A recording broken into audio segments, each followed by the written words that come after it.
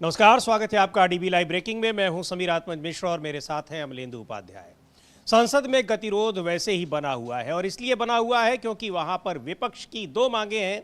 एक तो गृह मंत्री अमित शाह बयान दें कि आखिर दिल्ली में जंतर मंतर पर प्रदर्शनकारियों पर गोली चलाने का आदेश किसने दिया, लाठीचार्ज का आदेश किसने दिया और पैलेट गन से हमले करने का आदेश किसने दिया, ये वहां पर इस पर गृह मंत्री अमित शाह संसद में बयान दें। और दूसरी बात ये कि चढ़ावा चोरी को लेकर अयोध्या में जिस तरह चढ़ावा चोरी की गई है उस पर संसद में चर्चा हो। कल इसको लेकर संसदीय कार्य मंत्री किरेन रिजिजू की बैठक भी हुई थी राहुल गांधी के साथ, लेकिन बताया जा रहा है कि विपक्ष इन दो शर्तों के अतिरिक्त अगर कोई और मुद्दा है तो उस पर बात नहीं करना चाहता। पहले इन दो शर्तों को माने सरकार, उसके बाद ही सदन की कार्यवाही में वो शामिल होगा और वहां पर सदन की कार्यवाही चलेगी।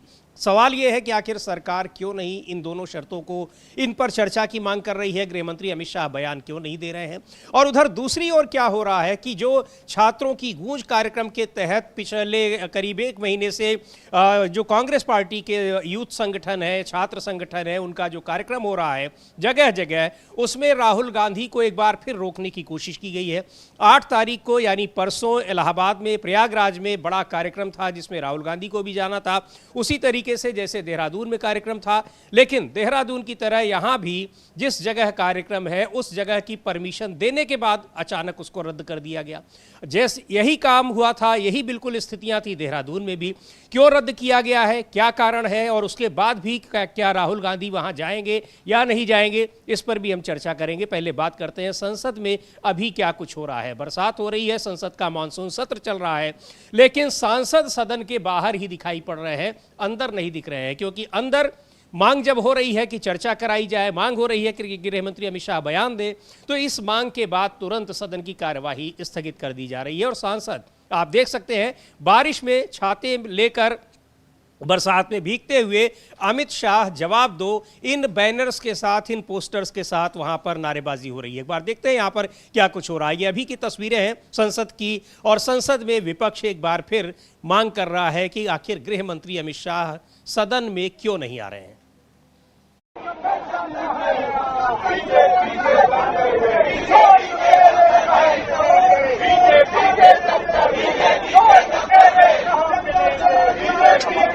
भाई साहब ये भी देख लिया करो यार।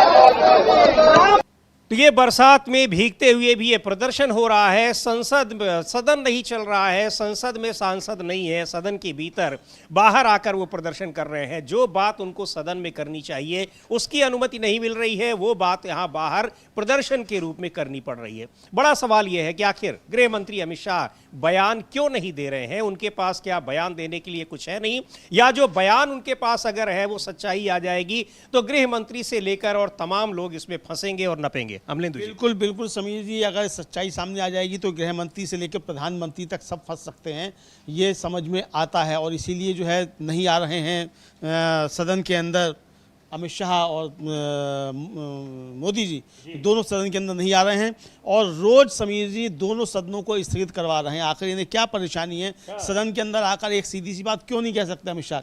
अगर अमित शाह के आदेश से पैलेट गन नहीं चली, अमित शाह के आदेश से लाठीचार्ज नहीं हुआ, अमित शाह के आदेश से अगर छात्रों पर अत्याचार नहीं हुआ, अगर अमित शाह के आदेश से पुलिस FIR दर्ज नहीं कर रही है, तो अमित शाह को इतनी सी बात आकर कहने में सदन में दिक्कत क्या है? आकर क्यों नहीं कह देते?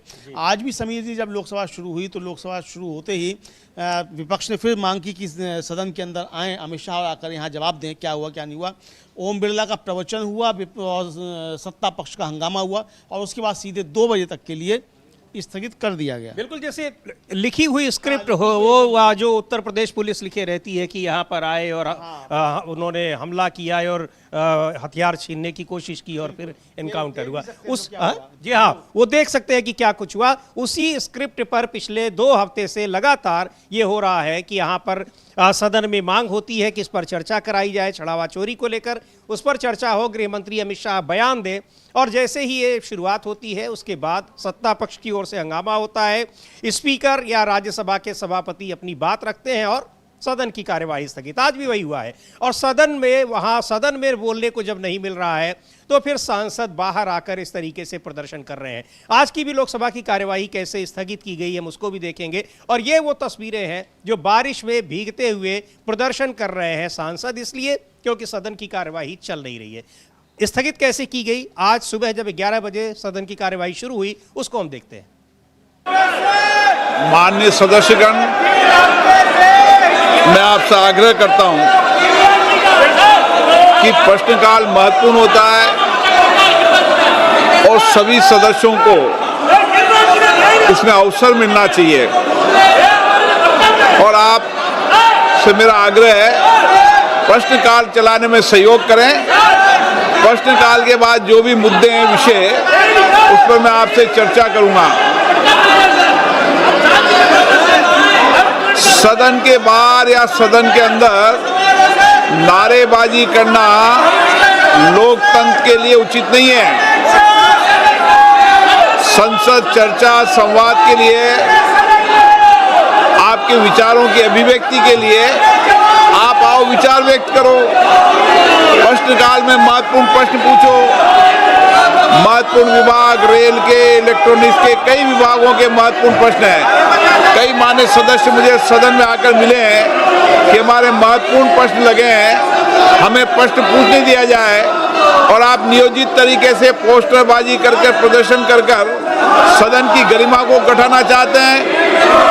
आप लोकतांत्रिक तरीके से चर्चा करें।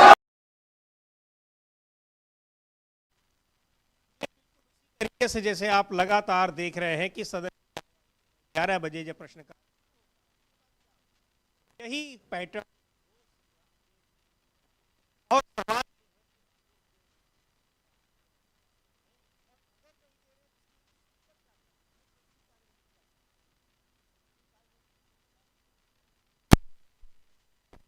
खुद ही उधम मचाने लगते हैं संसदीय कार्य मंत्री। तो ये तो सरकार समिति चलाना चाहती ही नहीं है कि ये मतलब सदन चले, ये तो इनका देखने में आ रहा है। लेकिन समीर जी, आज जिस तरीके से प्रदर्शन हुआ, और तो आप देखिए कि तमाम सांसद जो है छाता लगाकर भी प्रदर्शन कर रहे हैं। लेकिन एक विजुअल हम लोग दिखाना चाहेंगे समीर जी कि किस तरीके से राहुल और प्रियंका बिना छाते के बारिश में खड़े होकर प्रदर्शनकारियों के साथ खड़े हुए हैं। वो बहुत अच्छा विजुअल आप एक तरीके से कह सकते हैं कि सदन के बाहर जब प्रदर्शन हो रहा है, बारिश हो रही है, तमाम सांसद छाता लगाए खड़े हैं, लेकिन राहुल और प्रियंका जो हैं वो बिना छाते के खड़े हुए हैं। जी बिल्कुल, वो देखते हैं किस तरीके से वहां बिना छाते के खड़े हैं। बारिश हो रही है, लेकिन सवाल ये है अमलेंदु जी की ये स्थिति क्यों आ रही है। अगर ये सदन चल रहा होता, अच्छा बिरला साहब बाहर नहीं दिखाई पड़ रहे, कोई मंत्री जी यहाँ पर छाता लिए हुए बाहर नहीं दिखाई पड़ रहे हैं। आज तो प्रधानमंत्री भी नहीं आए, अपना खुद छाता पकड़कर पहले दिन आई थी उनकी तस्वीर, उसके बाद से तो एक भी तस्वीर नहीं आई कि वो सदन में आ रहे हैं कि नहीं आ रहे हैं। हाँ नहीं, सदन के अंदर तो आई नहीं है। सदन के अंदर आ रहे हो तो ये सब बाहर क्यों होते जी, ये सब बाहर इसीलिए कि सदन के अंदर नहीं आ रहे हैं। तो सदन के अंदर अगर आ रहे होते मोदी जी और शाह जी, तो क्यों इन सबको सदन के बाहर खड़ा होना पड़ता और बारिश में खड़ा होना पड़ता। तो ये दिखाई पड़ रहा है कि ये आएंगे भी नहीं समीर जी, क्योंकि आएंगे तो पूरी पोल खुल जाएगी और फिर बात अमित शाह और नरेंद्र मोदी के इस्तीफे तक पहुंच जाएगी। ये इनको समझ में आ रहा है, तो इसीलिए ये सामने नहीं आ रहे हैं। बिल्कुल, और इधर कांग्रेस पार्टी के अध्यक्ष मल्लिकार्जुन खड़गे ने कहा है कि हम चर्चा को तैयार हैं, लेकिन आप सदन में बुलाइए तो गृह मंत्री अमित शाह को और प्रधानमंत्री को, कम से कम जो दिल्ली में जो कुछ हुआ उस पर बयान देने के लिए गृह मंत्री अमित शाह आए सदन में, तो हम तो चर्चा को तैयार हैं। चर्चा को तो सरकार ही नहीं तैयार है, क्योंकि वो गृह मंत्री अमित शाह को वहां पर बुला ही नहीं सकती है, स्पीकर उनको बुला ही नहीं पा रहे हैं। ये विजुअल जिसकी चर्चा अभी कर रहे थे अमलेंदु अमलेंदु जी, इसको देखते हैं किस तरीके से वहाँ भीगते हुए बारिश में सांसद खड़े हैं और उसी में यहाँ पर राहुल गांधी और प्रियंका गांधी, अब उनके वो छाता नहीं लिए हुए हैं, हालांकि उनको भी लेना चाहिए था और वो तस्वीर भी आती कि अपना छाता खुद पकड़े। अच्छा, यहाँ पर तो हमें लग रहा है कि ज्यादातर सांसद अपना छाता खुद ही पकड़े हुए हैं, लेकिन पहले दिन जो तस्वीर आई थी और उस पर कैप्शन यही लिखा हुआ था कि और सांसद तो असिस्टेंट लेकर चलते हैं लेकिन प्रधानमंत्री अपना छाता खुद लेके चलते हैं। हाँ, प्रधानमंत्री तो 2 गाड़ियों से भी चलते हैं, संसद से निकलते हैं तो भी 2 गाड़ियों से निकलते हैं, बाकी 6 गाड़ियां पीछे रह जाती हैं जिनको प्रदर्शनकारी घेर लेते हैं। बिल्कुल, तो प्रधानमंत्री 2 गाड़ियों से चलते हैं तो छाता अपना लेके चलते ही हैं। एक बार देखते हैं इसको जरा फुल स्क्रीन पर कि किस तरीके से ये वहां पर प्रदर्शन हो रहा है। बांध के अपना खाना भी लेके चलते होंगे साथ में, हो सकता है पोटली बांध के उसमें अचार और रोटी रखी और प्याज रख के चलते होंगे प्रधानमंत्री, छाता भी लेके चलते ही हैं। जी बिल्कुल, एक बार देखते हैं इस ये तस्वीर जो है कैसे वहां पर प्रदर्शन कर रहे हैं विपक्ष के सांसद बारिश में और सदन नहीं चल रहा है।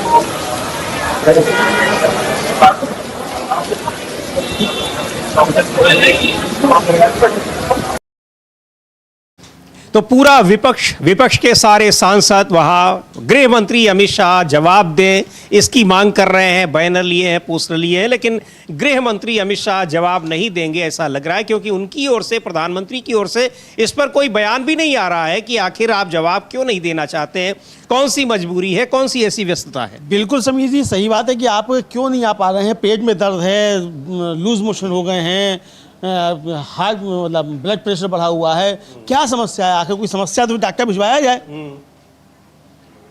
अगर ये समस्या है या आपको जो कोई फोबिया हो जाता है इस सदन की सीढ़ियां देखते ही, मतलब आप संसद परिसर में आते हैं, अपने दफ्तर में आते हैं और लेकिन आप जो संसद की जो सदन की सीढ़ियां हैं उस पर आप नहीं चढ़ते, तो वहाँ आगे कोई फोबिया हो जाता है, आपको कोई मानसिक बीमारी हो जाती है, क्या हो जाता है मालूम तो पड़े देश को कि आखिर हमारे गृह मंत्री और प्रधानमंत्री को क्या बीमारी है जिसकी वजह से सदन के अंदर नहीं आते। तनख्वाह आप सदन में आने की लेते हैं, जनता के प्रति जवाबदेही है आपकी, तो ये मालूम तो पड़े देश को, देश जानना चाहता है, नेशन वांट्स टू नो कि मोदी जी क्यों नहीं आ रहे हैं सदन में और अमित शाह क्यों नहीं आ रहे हैं सदन में, देश को जानना चाहिए। बिल्कुल, और यही बात कह रहे हैं मल्लिकार्जुन खड़गे कांग्रेस पार्टी के अध्यक्ष कि भाई आप आइए, चर्चा तो हम करा रहे हैं, हम तो चर्चा में शामिल होने को तैयार हैं, चर्चा जब हो तब तो चर्चा के लिए आप तैयार नहीं हो रहे हैं, गृह मंत्री सदन में आ ही नहीं रहे हैं, तो अब गृह मंत्री को लाने की जिम्मेदारी विपक्ष की तो है नहीं, विपक्ष की जितनी जिम्मेदारी है वो अपनी निभा रहा है। सुन लेते हैं मल्लिकार्जुन खड़गे को क्या कह रहे हैं। मांग यही है, प्रधानमंत्री सदन में आए, होम मिनिस्टर सदन में आए, अपना बयान दे, डिस्कशन हो जाए, we are ready to take discussion. अगर डिस्कशन हुआ तो ही हल निकलेगा ना, अगर डिस्कशन नहीं है तो वो घर में बैठ के बात करेंगे, घर में सो जाएंगे, ये कैसा हो जाता है, ये पार्लियामेंट है, इसको वो तो डिसरेस्पेक्ट कर रहे हैं, ये अंदर आना नहीं चाहते। इतने दिन हो गए पार्लियामेंट शुरू होके, अंदर आके बयान देने को इनको क्या हो गया, ये क्या मुख्य है, बहरे है, क्या है?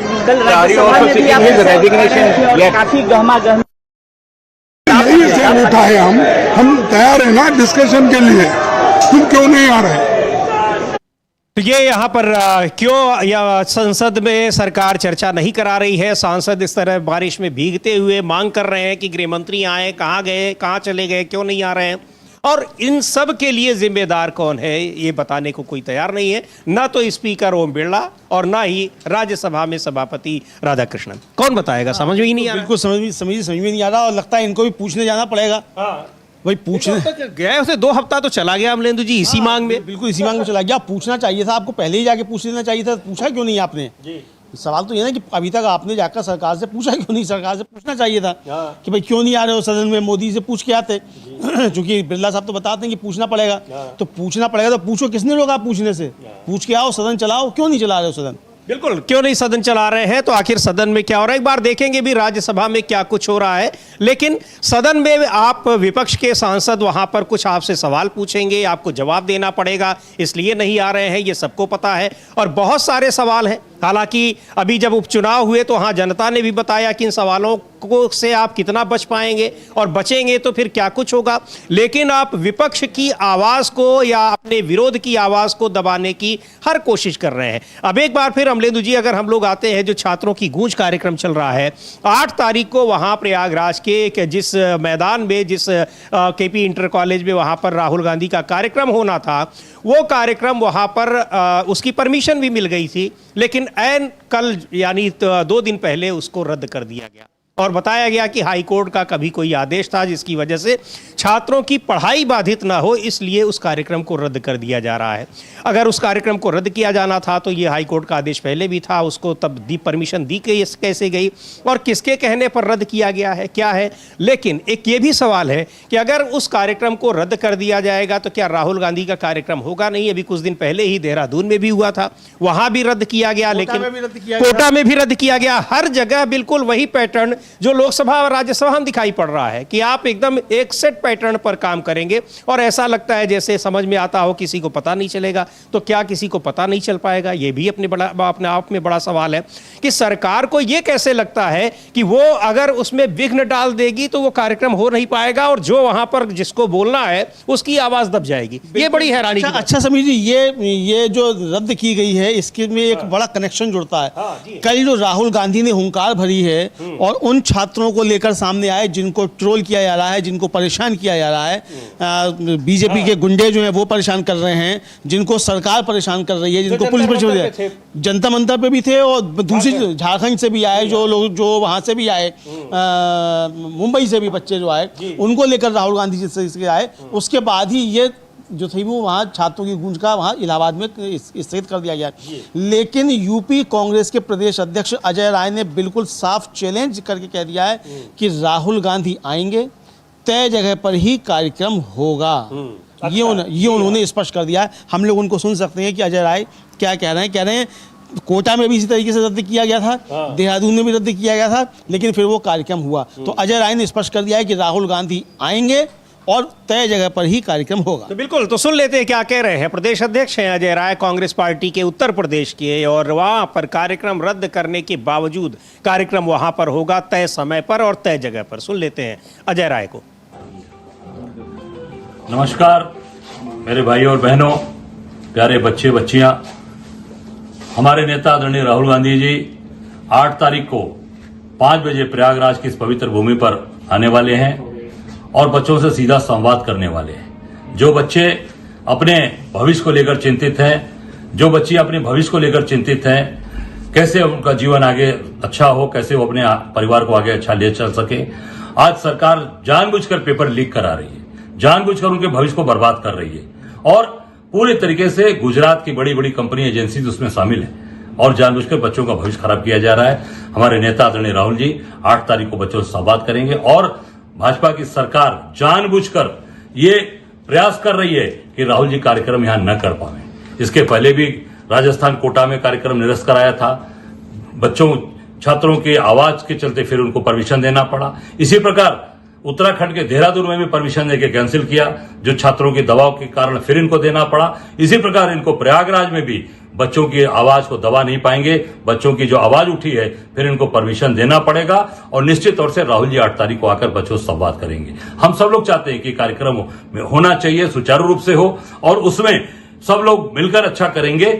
आप जैसा जानते हैं कि हमारे नेता राहुल जी बच्चों से सीधा संवाद कर रहे हैं, उनके भविष्य की बात कर रहे हैं, उज्जवल भविष्य की बात कर रहे हैं और उसमें ये पॉलिटिकल कार्यक्रम नहीं है, न इसमें कहीं कांग्रेस का झंडा लग रहा है, न कहीं नारेबाजी हो रही है, सीधे बच्चों से संवाद कर रहे हैं। और इसके पहले 30 तारीख को इन्होंने परमिशन भी हमको दिया, परमिशन दिया 30 तारीख को। उसके बाद फिर इन्होंने उस परमिशन को इन्होंने कैंसिल किया है सरकार के दबाव में। जो भाजपा की सरकार जानबूझकर दबाव बना रही है, उसके दबाव के तहत इनको ये कैंसिल किया है। मैं कहना चाहूंगा सरकार से कि इस देखिए ये परमिशन 30 तारीख को इसी ट्रस्ट ने दिया हुआ है, उसमें कोई हवाला नहीं दिया गया और ये 30 तारीख को परमिशन दिया, उसमें आपने कोई हवाला नहीं दिया, उसमें कोई बात नहीं की। और जहां तक मेरी जानकारी है कि ये जगह ये जगह ये पूरी तरीके से ये शादी विवाह के लिए भी देते हैं, वहां मंगलिक कार्यक्रम, अन्य कार्यक्रम, ये स्पोर्ट्स का भी स्थान है। इसके 51,000 रुपये जमा है। Major Ranjit Singh sports complex, इसका मतलब कि यहाँ खेलकूद का मैदान, एक खेलकूद होता रहता है। और हम किस दिन कार्यक्रम कर रहे हैं? शनिवार को 5 बजे, जब सारे स्कूल कॉलेज बंद हो जाते हैं। अगले दिन रविवार है, 5 बजे सब स्कूल कॉलेज बंद है। जानबूझकर ये सरकार राहुल गांधी से घबरा गई है और घबरा कर आज उनके कार्यक्रम को यहाँ परमिशन निरस्त किया जा रहा है। जैसे मोदी जी आज पार्लियामेंट छोड़कर भागे हैं राहुल गांधी के डर की वजह से, जैसे अमित शाह भागे हैं राहुल गांधी जी के डर से, मुझे लगता है कि आज ये पूरी तरीके से ये अमित शाह, मोदी, भाजपा डर गई है। इस नाते इनके कार्यक्रम को कैंसिल किया जा रहा है। हम सब लोग डटे हैं कि कार्यकर्ता डटा है। राहुल जी 8 तारीख को आएंगे और कार्यक्रम निश्चित तौर से प्रयागराज की पवित्र धरती पर करेंगे। धन्यवाद। तो ये वहाँ पर कार्यक्रम होगा, ये कह रहे हैं उसी जगह पर होगा। बड़ी हैरानी की बात है अमलेंदु जी, हम लोग वही चर्चा भी कर रहे थे कि वो पहली बात तो जो स्कूल का ग्राउंड है, जिस कॉलेज का इंटर कॉलेज है, उस ग्राउंड को वहाँ पर तमाम कार्यक्रमों के लिए दिया जाता है। वो शादी विवाह के जैसे कार्यक्रमों के लिए भी दिया जाता है। शनिवार की शाम का वो कार्यक्रम है, छात्रों के साथ संवाद का कार्यक्रम है, किसी पार्टी की रैली नहीं है और अनुमति ऑलरेडी दी जा चुकी है। और मज़े की बात यह है अमलेंदु जी की वो जो ट्रस्ट है और उसके जो प्रमुख लोग हैं, एक समय में वो कांग्रेस पार्टी के ही लोग हुआ करते थे, लेकिन अब ये वो किसकी वजह से रद्द करना पड़ा उनको? परमिशन पहले दी गई और कार्यक्रम के ठीक पहले इसको रद्द करना पड़ा, किस मजबूरी में, किस विवशता में, ये एक अलग मामला है, मुद्दा है। लेकिन क्या वास्तव में राहुल गांधी की जिस तरीके से उनके कार्यक्रमों में छात्रों की गूंज में छात्रों की भीड़ आ रही है, युवाओं की भीड़ आ रही है, क्या वास्तव में सरकार उससे डरी हुई है? क्योंकि कोटा हो, देहरादून हो, हम लोगों ने देखा था लाखों की संख्या में। हमने दीजिए यहाँ भी जो कांग्रेस पार्टी का दावा है कि करीब 2 लाख छात्रों ने यहाँ रजिस्ट्रेशन कराया है। हाँ बिल्कुल, यहाँ कराया है। और वहाँ भी समीर जी, देहरादून में भी 2.5 लाख से ज़्यादा छात्रों ने रजिस्ट्रेशन कराया था। और वहाँ का हम लोगों ने लाइव किया था और यहाँ का भी हम लोग लाइव करेंगे, प्रयागराज का भी। तो देहरादून का हम लोगों ने दिखाया था किस तरीके से लोग छतों तक पर खड़े हुए थे। यानी जो जगह थी, जो स्थल था, मतलब उनका संवाद स्थल था, वहां जगह भर गई पूरी। तो लोग दूर दूर तक छतों पर खड़े होकर राहुल गांधी को सुनने के लिए मौजूद थे। और ऐसा नहीं है कि वो बसों में भर के लाए गए हो, ये मोदी जी का कार्यक्रम है, चलो बसों में भर के करना है, आरटीयू ने बसें का इंतजाम कर दिया हो। लोग अपने खर्चे से खुद चलकर आए थे, दूर दूर से पैदल चलकर भी आए थे, ऐसे भी लोग थे। और सारे बंदोबस्त किए सरकार ने कि कार्यक्रम विफल हो जाए। उसी समय जो है एक और कार्यक्रम करा दिया गया देहरादून में, किसी गाने वाने का फ्री एंट्री करा दी गई, उसमें पेड़ कटवा दिए गए ताकि लोग का ध्यान उधर चला जाए, वहाँ आंदोलन शुरू हो जाए। यानी हर तरीके से डिस्ट्रैक्ट करने की कोशिश की गई, उसके बावजूद ज़बरदस्त तरीके से कार्यक्रम हुआ। तो यहाँ भी यही कहा जा रहा है कि मोदी जी डर गए हैं, बीजेपी डर गई है और इसीलिए राहुल गांधी की अनुमति निरस्त की गई कार्यक्रम की। लेकिन अजय राय साफ कह रहे हैं कि कार्यक्रम होकर रहेगा। पवन खेड़ा हैं, कांग्रेस के सांसद हैं, कांग्रेस प्रवक्ता भी हैं, वो भी कह रहे हैं कि ये सरकार डरी हुई है राहुल गांधी से, लेकिन कार्यक्रम होगा। बिल्कुल, सुन लेते हैं पवन खेड़ा को क्या कह रहे हैं। प्रयागराज में जिस तरह से कार्यक्रम को एन वक्त पर उस परमिशन को रद्द किया गया है, संघर्ष है, हम करेंगे। ये लोग डरते हैं, ये लोग डरते हैं राहुल गांधी से, ये आपको सामने दिख रहा है। संसद में भी डरते हैं और बाहर भी डरते हैं। डरने दीजिए, हम भी डराते रहेंगे। तो देहरादून के बाद प्रयागराज के कार्यक्रम को लेकर खबर, वही तो बात कर रहा हूं कि डरते हैं, वो डरते हैं राहुल गांधी से। संसद में भी नहीं आते राहुल गांधी के सामने, और जहां राहुल गांधी छात्रों की गूंज करने जाते हैं वहां हर बार प्रॉब्लम करने की कोशिश करते हैं। करते रहे, ये छात्रों की शक्ति है, ये राहुल गांधी की शक्ति है, ये विपक्ष की शक्ति है। इसके आगे इनका डर कामयाब नहीं होगा। हम अपना काम करते रहेंगे, ये कार्यक्रम होके रहेगा। लेकिन देहरादून तो गए थे आप लोग, फिर भी यहां भी जाएंगे। तो इससे सवाल ये कुछ लोग कर रहे हैं कि राहुल गांधी छात्रों की बात को प्रमुखता से उठा रहे हैं, तो झारखंड के मामले पर राहुल गांधी की क्या राय है? हमारे नेता कल भी वहां गए, लगातार टच में है, और जो यहां हुआ वो और कहीं नहीं हुआ, जो यहां हुआ वो और कहीं नहीं हुआ। तो सीधे सीधे कह रहे हैं पवन खेड़ा कि राहुल गांधी से डरती है सरकार, प्रधानमंत्री डरते हैं। और वहाँ जिस तरीके से छात्रों का, युवाओं का सपोर्ट मिल रहा है, उनका समर्थन मिल रहा है, उससे और भी ज़्यादा डरे हुए हैं। और ये समर्थन हर जगह पर जहां जहां अभी तक छात्रों की गूंज कार्यक्रम हुए हैं और जहां जहां राहुल गांधी के कार्यक्रम हुए हैं उन सभी जगहों पर यह दिखा है। और संयोग की बात है कि ये सारे राज्य अभी तक जहां पर हुए हैं ये बीजेपी शासित राज्य हैं। अमलेदु जी, बिल्कुल बिल्कुल समीर जी, सभी बीजेपी शासित राज्य हैं, वहीं ये कार्यक्रम हो रहे हैं और शायद राहुल गांधी ने भी सोच समझकर बीजेपी शासित राज्य ही चुने होंगे। यानी एक तरह से कहा जाए समीर जी कि राहुल गांधी के जाल में बीजेपी फंसती चली जाती है और अपने को बेनकाब भी करती चली जाती है और डरती भी है। यही आपने टैक्टिस जो थी वो कोटा में अपनाई, यही टैक्टिस आपने देहरादून में अपनाई, वही टैक्टिस आप अब इलाहाबाद में अपना रहे हैं, प्रयागराज में जिसको कर दिया गया है अब। तो ये जो टैक्टिस आप हर जगह अपनाते हैं तो राहुल गांधी के जाल में आप फंसते चले जाते हैं और एक तरह से कहा जाए कि आप ही जो है ये प्रतिबंध लगाकर और ज़्यादा सफल करा देते हैं कार्यक्रम। लोग और ज़्यादा उत्साह में जो आगे आते हैं, अच्छा तुमने रोका, लो हम तो जाते हैं, अब जरूर जाएंगे। तो ये इनकी परेशानी समझ में आती है। प्रियंका गांधी भी समीर जी यही कह रही हैं कि ये लोग पता नहीं राहुल गांधी से किस बात से डरे हुए हैं।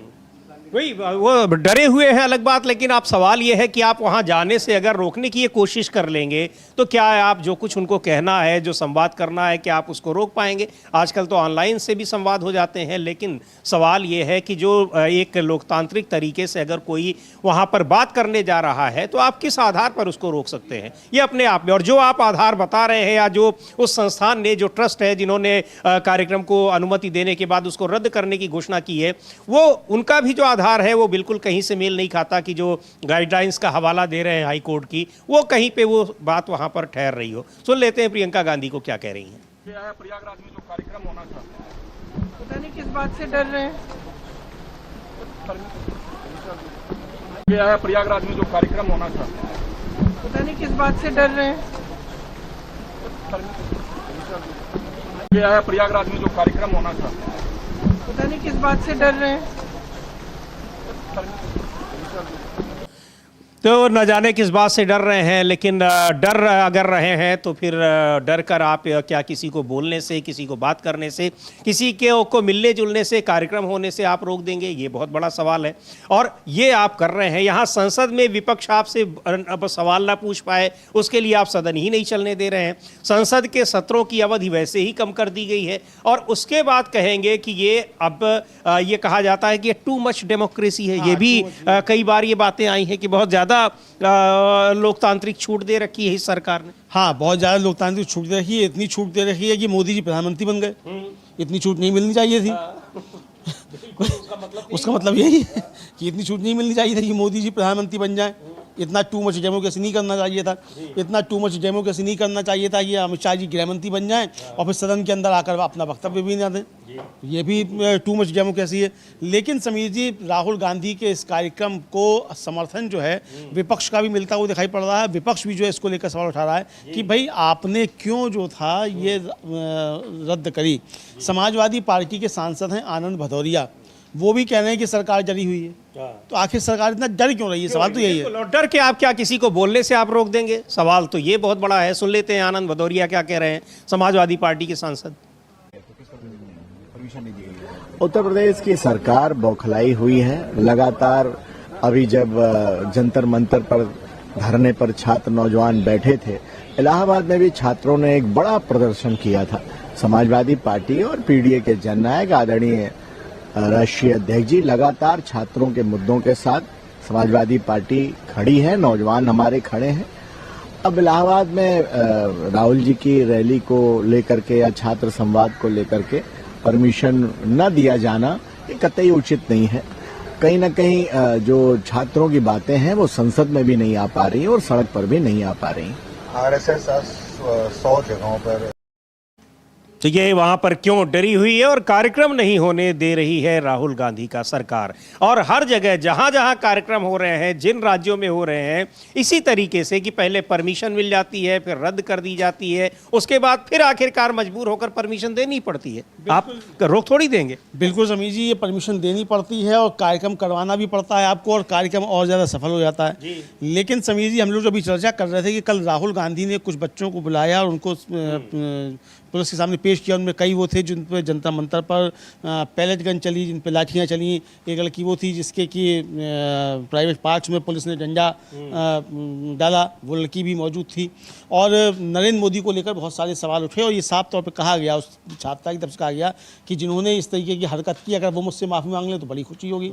तो प्रधानमंत्री नरेंद्र, हम तो इंतजार कर रहे थे कि कल रात को 12 बजे प्रधानमंत्री नरेंद्र मोदी आएंगे और रील बनाकर माफ़ी मांगेंगे, लेकिन प्रधानमंत्री तो माफ़ करने आते हैं, माफ़ी मांगने तो आते ही नहीं है। माफ़ी तो आज तक अभी तक नहीं मांगी है। नोटबंदी में जो लोग मर गए उनके लिए भी नहीं मांगी, कोरोना में जो लोग मर गए उनके लिए भी, तो माफ़ी तो प्रधानमंत्री मांगते ही नहीं है। तपस्या में कमी रहेगी ये कहने भी अभी तक नहीं आए हैं, जबकि मंत्री का अपने इस्तीफा ले लिया। लेकिन समीर जी, हम लोग को उस लड़की को जरूर सुनना चाहिए जो मुंबई की थी और जिसने 30 छात्रों को जो इलीगली डिटेन करके ले जाया जा रहा था, उस वैन को उस हाथ लगाकर उसने रोक दिया। उस लड़की ने 27 जुलाई को एफआईआर दर्ज कराई है। आज तक उसको एफआईआर की कॉपी नहीं मिली है और उसको धमकियां दी जा रही हैं। कौन दे रहे हैं? आरएसएस और बीजेपी के गुंडे ही, उसका कहना है। सुन लेते हैं क्या कह रहे हो। और तमाम ये जो छात्र थे प्रदर्शन में, जंतर मंतर में प्रदर्शन के दौरान जिन पर लाठियां जिन्होंने खाई थी और उसके बाद एफआईआर कराने के बावजूद उनकी जो सुनवाई नहीं हो रही है। कल मुलाकात की उन तमाम छात्रों ने, युवाओं ने राहुल गांधी से, और तब उन लोगों ने अपने अनुभव शेयर किए कि वहां तो मारा पीटा ही गया, उसके बाद किस तरीके से धमकाया जा रहा है कि आगे की कार्रवाई के लिए वो किसी तरह से आगे न बढ़ने पाए। सुन लेते हैं खुद उन छात्राओं को। हेलो एवरीवन, मेरा नाम है रिया अहीर। मैं वो लड़की हूँ जो मुंबई पुलिस के सामने आ गई थी। यू गाइस से कि ये वो लड़की है जो वायरल हो गई है, जिन्होंने मुंबई पुलिस को रोका था। बट मैं मीडिया से ये कहना चाहूँगी, मैं वो लड़की हूँ जिन्होंने 20 बच्चों को अनलॉफुली डिटेन होने से रोका था। Please change your narrative, change your perspective. पर जो भी मैंने किया उसकी वजह से मुझे बहुत हरास किया जा रहा है। ट्रोलिंग नहीं बोलूँगी मैं, क्योंकि ये ट्रोलिंग नहीं है, ये क्राइम है। और सिर्फ यही नहीं, जनता ही नहीं बल्कि पार्टी वर्कर्स भी अभी अपने फेसबुक पर पोस्ट लगा रहे हैं मेरे बारे में, गलत बोल रहे हैं कि मैं जो कुछ भी कर रही हूँ 140 रुपीज़ में अपनी बॉडी बेच रही हूँ। सर, आप खुद ही सोचिए, उनके दिमाग में ऐसा कितनी गंदगी भरी रहेगी कि वो ये बोल रहे हैं। 27 को मैंने क्राइम रजिस्टर करवाया था, आज 5 तारीख है, मेरे हाथ में अभी तक एफआईआर नहीं आया है। ना ये बेटियों को पढ़ने दे रहे हैं, ना ये बेटियों को बचने दे रहे हैं। मैं बस आपसे इतना कहना चाहूँगी कि एज मीडिया हमारी सबकी रिस्पॉन्सिबिलिटी होती है कि जिन बच्चों के लिए मैं खड़ी थी अब वो मेरे लिए खड़े हैं। एज ए सिटीजन हमारी भी रिस्पॉन्सिबिलिटी है कि एक दूसरे के लिए हम खड़े रहें। Thank you. तो ये वहाँ पर कि उसको जब रोका, वहाँ पर वैन को, मुंबई में प्रदर्शन चूंकि सारे जगह पर हो रहे थे, और वहाँ जब रोका उस वैन को जिसमें गैर कानूनी तरीके से 20 छात्रों को पुलिस के लोग पकड़ कर ले जा रहे थे, और उसने रोका, फिर वहाँ से उन सारे छात्रों को छोड़ना पड़ा।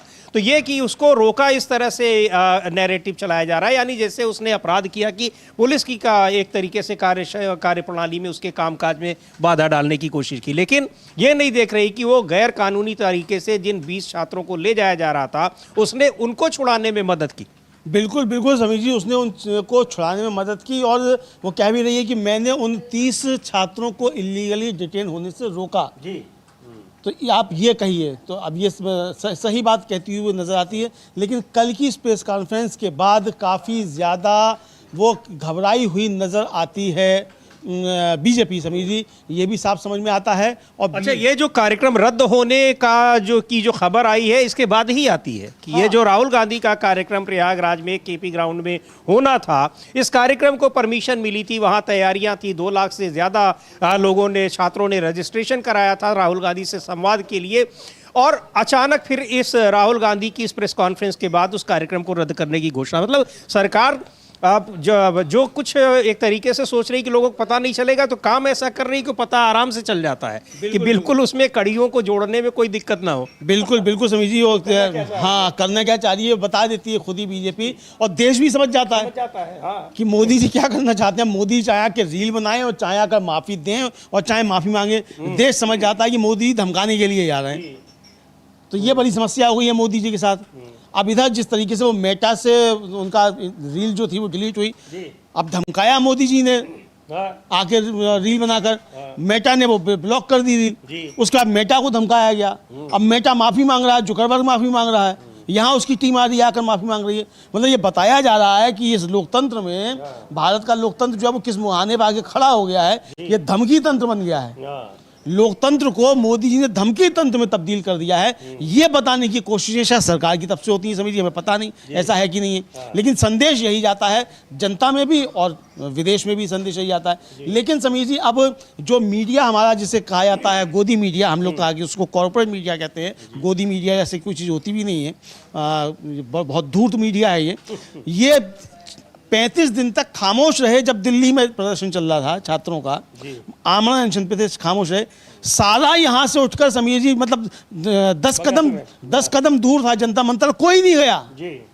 लेकिन ये जो थे वो 2000 किलोमीटर दूर झारखंड पहुंच गए, रांची पहुंच गए सब, और वहां से बता रहे हैं रांची में चल रहा है, रांची में चल रहा है, रांची में चल रहा है।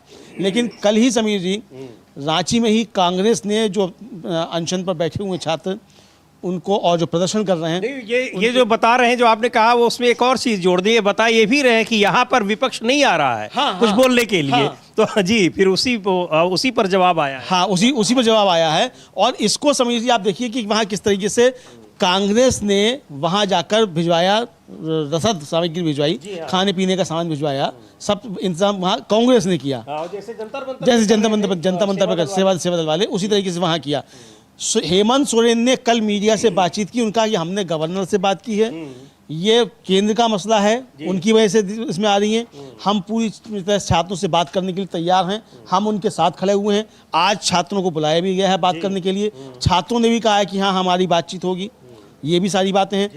NSUI के अध्यक्ष हैं विनोद जाखड़, वो कल वहाँ पहुँचे, छात्रों से मुलाकात की। लेकिन जो ये मीडिया जो है ये बता रहा है कि साहब विपक्ष यहाँ नहीं आ रहा, उसने ये नहीं दिखाया कि वहाँ कांग्रेस ने खाना भिजवाया और वहाँ कांग्रेस का जो छात्र संगठन NSUI उसके अध्यक्ष जाकर वहाँ छात्रों से मुलाकात कर रहे हैं, उनको कह रहे हैं कि हम आपके साथ खड़े हुए हैं। ये कोई नहीं दिखा रहा, लेकिन हम लोग दिखाते हैं कि विनोद जाखड़ कल किस वहाँ क्या कह रहे हैं। विनोद जाखड़ जो NSUI के अध्यक्ष हैं, वहाँ गए, वहाँ मुलाकात की, उसके बाद वो क्या उन्होंने कहा है, छात्रों के साथ उनका जो संवाद हुआ है उसको भी हम लोग देखते हैं।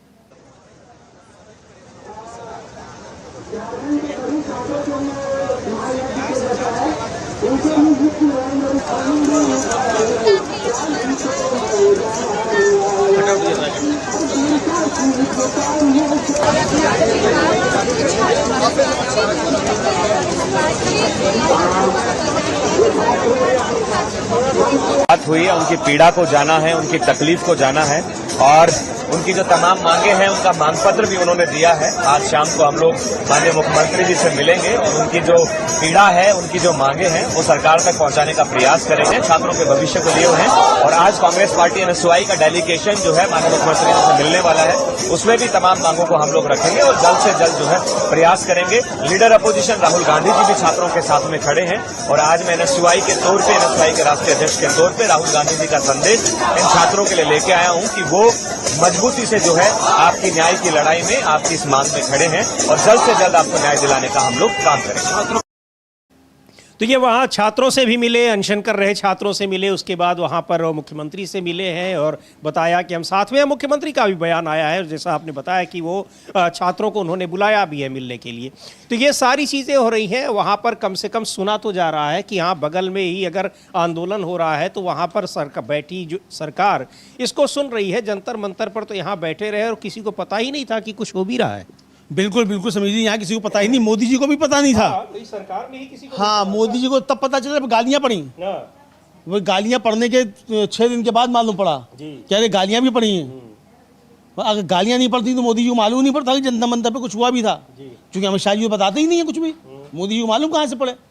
अमित शाह जी जब तक बताएंगे नहीं तब मोदी जी को मालूम नहीं पड़ेगा। अमित शाह जी संसद में नहीं आ रहे हैं तो मोदी जी को मालूम कैसे पड़े? तो मोदी जी को मालूम पड़ा तब जब सोशल मीडिया पर उन्हें मालूम पड़ा कि उन्हें गालियां दी जा रही हैं, उनकी मां को गालियां दी जा रही हैं, तब मोदी जी को मालूम पड़ा कोई आंदोलन भी चल रहा था, वरना मालूम नहीं पड़ता। ये बड़ा समस्या है। लेकिन समीर जी, यहाँ झारखंड में तो मालूम पड़ गया है विपक्ष को भी कि कोई आंदोलन चल रहा है, समस्या सुनी भी, बुलाया भी। आज वार्ता हो रही है, बुला भी रहे हैं, बातचीत भी हो रही है। कांग्रेस के सांसद सुखदेव भगत वो क्या कह रहे हैं झारखंड को लेकर। बिल्कुल सुन लेते हैं सुखदेव भगत को, कांग्रेस के सांसद। वो कह रहे हैं कि वहां पर छात्रों के साथ हैं, उनकी बातें सुनी जा रही हैं, उनकी क्या दिक्कतें हैं और कैसे उनको हल किया जाएगा उन समस्याओं को, उस पर भी बात करेंगे। और जो छात्रों का वहां पर आरोप है, उनकी समस्याएं हैं, वो बता रहे हैं कि वो 26 साल से वो समस्याएं जारी हैं। कोई ऐसा नहीं कि वो आज की समस्या है, पेपर लीक आज हुआ है। वहां पर वो पूरी परीक्षा प्रणाली में लगातार हो रही गड़बड़ियों की बात कर रहे हैं, और आज से नहीं बल्कि पिछले 26 साल से, यानी जब से झारखंड बना है तब से। सुनते हैं सुखदेव भगत को क्या कह रहे हैं। और समर्थन की बातें नहीं है, निश्चित रूप से जो इश्यूज हैं, छात्रों के जो इश्यूज हैं, हम लोग प्रारंभ से, मैं समझता हूं अगर जेपीसी की आज लड़ाई की बात करें तो विधानसभा में मैंने ही सबसे पहले प्रारंभ किया था। तो ऐसा आप नहीं कह सकते कांग्रेस के साथ नहीं है। जो अगर कुछ जो मानवीय सहायता होती है, जो आज भी कांग्रेस के लोग वहां जा रहे हैं, वो चीजों को दे रहे हैं। और हेमंत सोरेन जी स्वयं संवेदनशील है, उन्होंने टीम भी गठित की है। और सबसे बड़ी बात आपका मतलब 19 लोग अरेस्ट हो चुके हैं। एक जो नेटवर्किंग था, 19 लोग अरेस्ट हो गए हैं। अध्यक्ष को रिजाइन करना पड़ा है। और जैसे रिजल्ट निकलने के बाद OMR सीट पे जो उन्होंने छेड़छाड़ की, उसमें जो उन्होंने उसके माध्यम से जो उन्होंने जो गलतियां की, या फिर जिस तरह से उसमें लोगों को जो कम मार्क्स वाले को दिया गया, तो वो सारी चीजें हमारे संज्ञान में और हमने कार्रवाई की है। और अभी जब 4 मंत्री, उसका जो डेलीगेट्स है, उनसे बातें होंगी।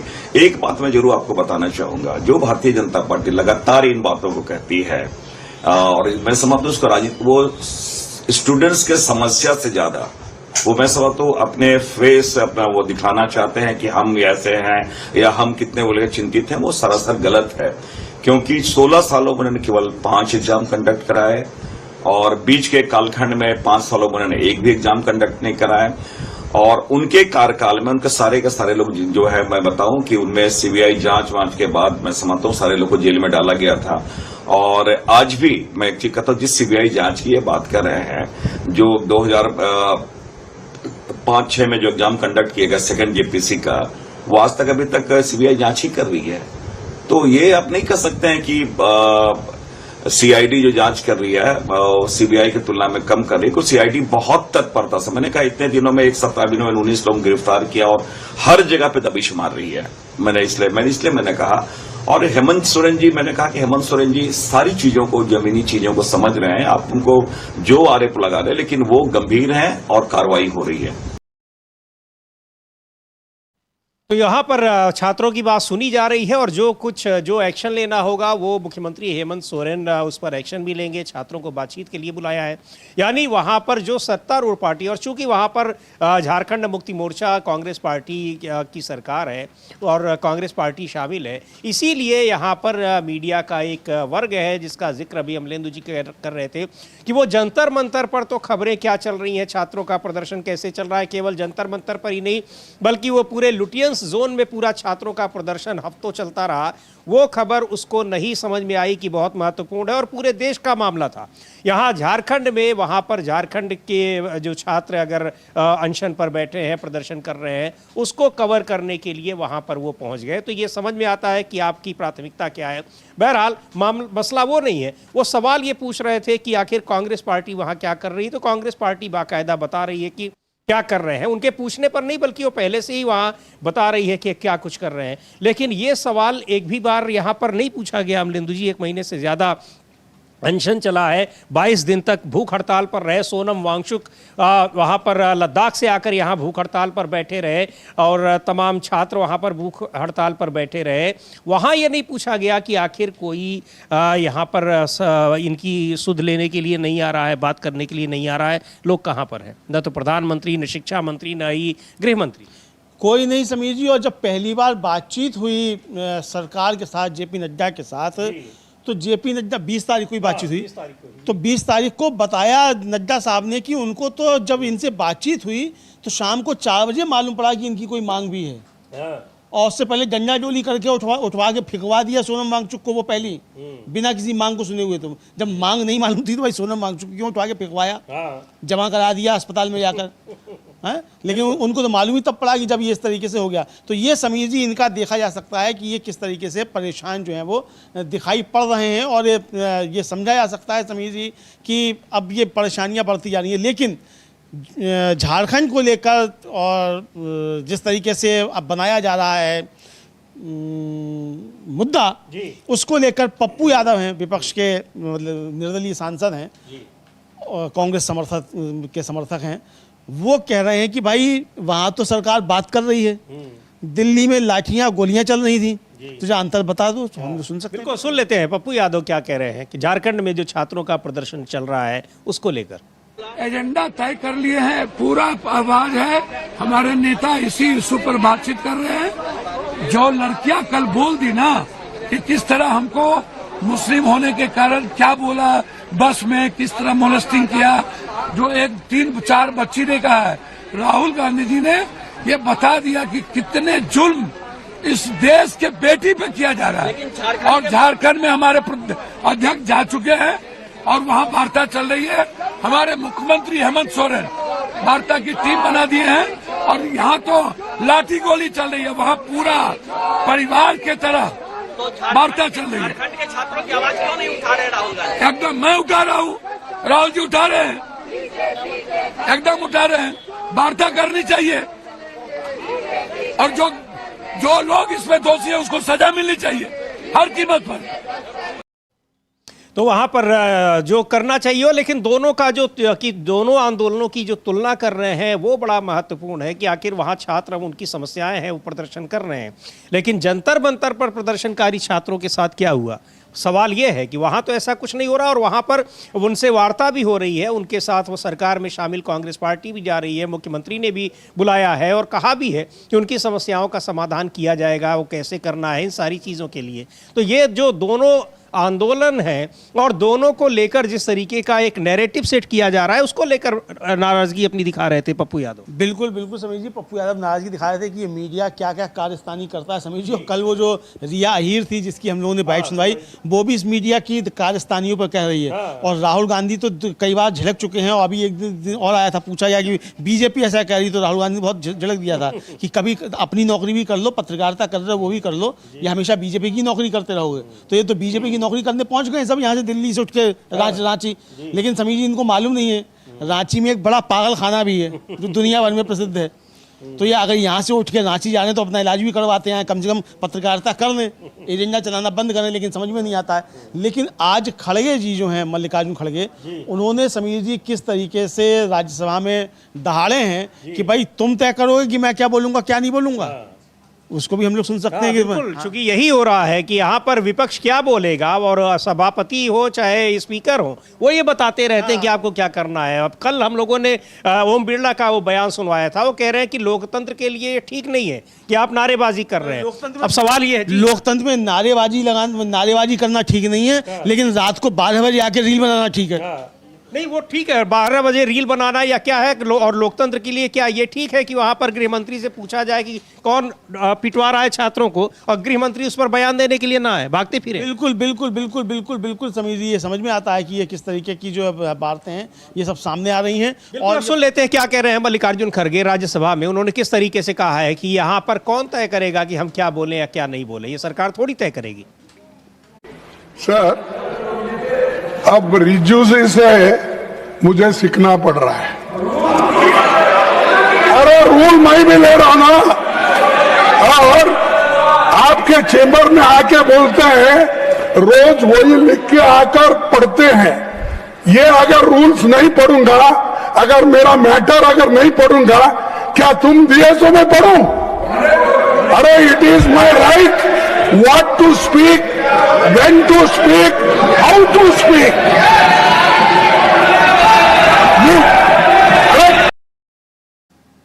तो ये बात कह रहे हैं कि आप वहाँ क्या पढ़ना है, क्या सवाल उठाना है, क्या बोलना है, ये कौन तय करेगा? ये हम तय करेंगे, सरकार नहीं तय करेगी। बहुत नाराजगी में ये बात कर रहे थे और वहाँ पर बार बार यही कोशिश हो रही है। सरकार को लगता है कि वो अपने बिल पास करा ले, लेकिन जनता से जुड़े मुद्दे, छात्रों से जुड़े मुद्दे, युवाओं से जुड़े मुद्दे, देश हित से जुड़े मुद्दे वो विपक्ष ना उठाए, उसकी ज़रूरत नहीं है। शायद ये मैसेज देना चाहते हैं। हाँ बिल्कुल समीर जी, शायद यही मैसेज देना चाहते हैं कि विपक्ष से जुड़े मुद्दे नहीं हैं। अरे समीर जी, एक विजुअल और आया है, वो भी हम लोग दिखाएंगे। आप छाते की बात बहुत कर रहे थे, है ना?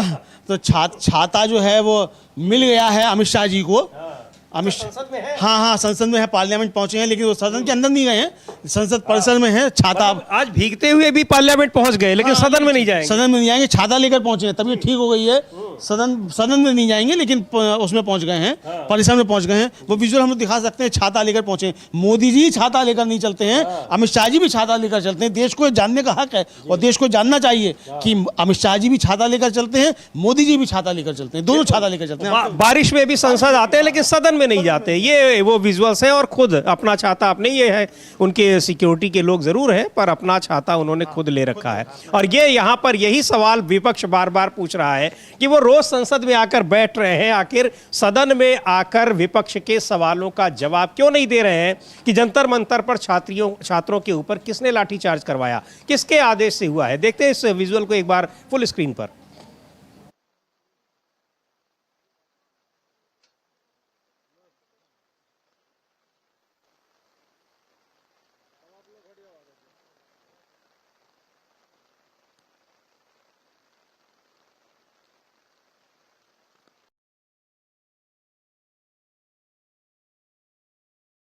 तो ये वो तस्वीरें हैं संसद भवन की, संसद परिसर की, और वहां पर गृह मंत्री अमित शाह जा रहे हैं। क्या ऐसा तो नहीं कि आज हो सकता है जवाब देने के लिए जा रहे हो? 2 बजे जब फिर से बैठे संसद, तो वो कहेंगे कि हाँ ठीक है, मैं जवाब दे रहा हूँ। हाँ, हो सकता है, समझ जा रहे हो, चूंकि विपक्ष की मांग है तो मैं बता ही देता हूं। हाँ, बिल्कुल, ये कि अब हो सकता है विपक्ष की मांग है और आ गया हूँ, मैं बताता हूँ। क्या हो सकता है इस्तीफा लेकर आए हो जी?